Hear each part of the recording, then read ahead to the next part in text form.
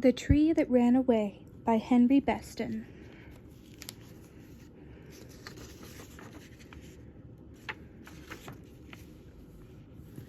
Illustrated by Fritz Eichenberg. To Padre and Helen, remembering the picnics and pleasant talks under trees which did not run away.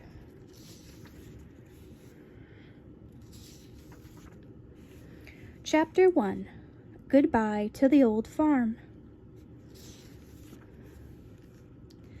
There was once a sizable pine tree that stood a little by itself in a hilly pasture.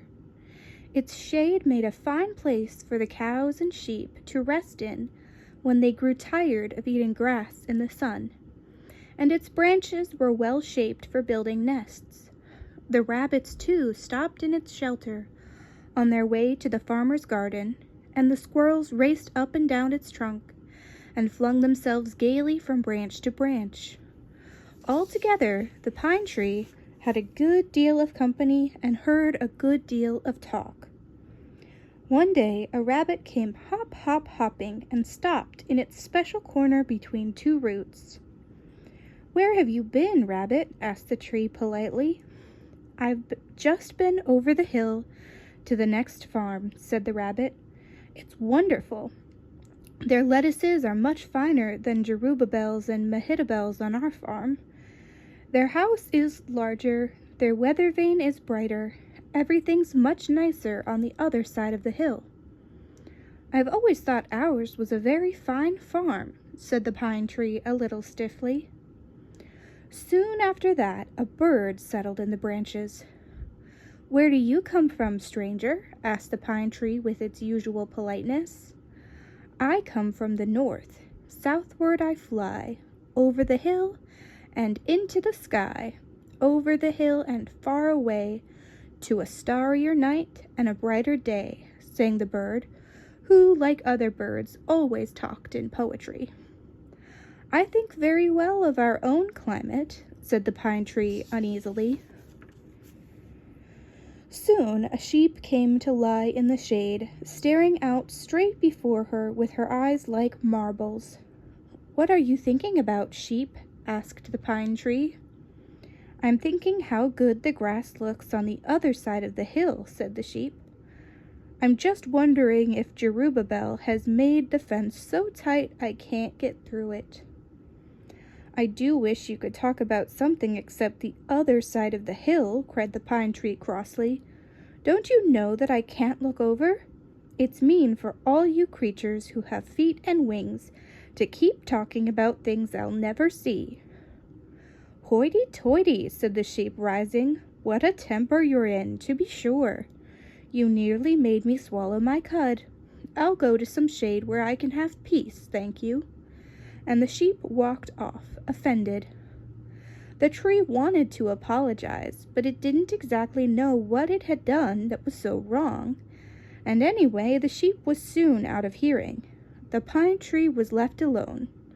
Or was it alone? A voice nearby was remarking, "So, you'd like to go over the hill, would you?" It wasn't the voice of bird, beast, insect, or creeping thing. The pine tree looked about with surprise. Then it saw what had spoken. It was a gnome sitting on a rock under an umbrella made of glistening pine needles with small cones at the ends of the ribs. The gnome was eating blueberries from a bowl made of a large leaf. "So you'd like to go over the hill, would you?" he repeated, taking another mouthful. "Well, why don't you?" "Because trees can't move," said the pine tree. "I wish you wouldn't make fun of me, gnome." "You never know what you can do till you try," said the gnome. "Try." The pine tree tried. Something among its roots seemed to stir and move. Something pushed against the earth. Something lifted up the pine tree. Something carried it away from the spot where it had spent all its life since it was a seed. "Oh, oh, I'm falling!" the pine tree cried in terror. "You're walking," said the gnome coolly. I've given you legs. Now, try to keep your balance better. It takes practice, of course. By the end of the afternoon, the pine tree could walk nicely. The first place it went to was a pool to see itself in. I do look rather funny, it giggled.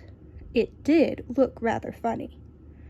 Above was the sizable pine tree, with its trunk and wide green branches, an unusually handsome tree. Then came a fringe of roots, gathered up neatly like a sort of petticoat, and then under that a pair of sturdy, short, brown legs that looked always ready to caper. The tree went back to the gnome, who was still perched on the rock. "Well, you're off," said the gnome. "Have a good time. I'll see you when you come back." "I don't believe I'll ever come back," said the tree. "We'll see," said the gnome, and waved as the pine tree started off to the top of the hill.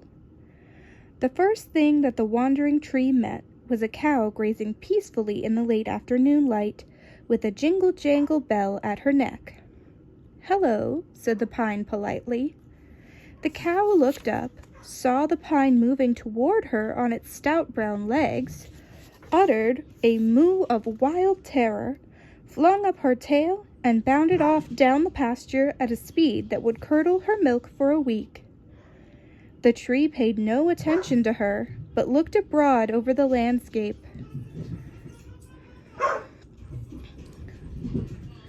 There was the big farm the rabbit had told about, the bright weather vane, the green lettuces, and beyond these there were distant villages, white church spires, and farther hills with a road winding across them.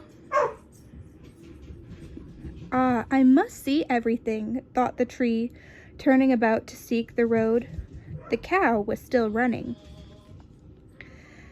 Down by the farmhouse, Jerubbaal, the farmer, looked up at Mehitabel, his wife, who was helping him in the garden. "My," he said, "I never heard Daisy's bell ring so hard. I guess she saw something that frightened her." "There's nothing round here to frighten her," said Mehitabel comfortably. Just then they saw the pine tree walking down the hill toward the road. When it came to the fence, it had a little trouble climbing over. Its crest swayed, now this way, now that, but its little brown legs scrambled over the rails nimbly, and soon it was safely across and coming toward them at a trot. "Do you see what I see, Mehitabel?" asked Jerubbaal. "Yes, I do, Jerubbaal," said Mehitabel, "but I don't want to talk about it," and she went on picking corn rather nervously. A minute later, Jerubbaal said, "It's turned and is going down our road, Mehitabel." "I'm glad, Jerubbaal," said Mehitabel. A minute later, Jerubbaal said, "It's almost out of sight." Mehitabel looked out between the rows of corn and saw something green and tall far off, with a little dust about its feet. "I hope nothing else round here takes to traveling, Jerubbaal," she said, going back to work. The pine tree ran on, very well pleased with itself.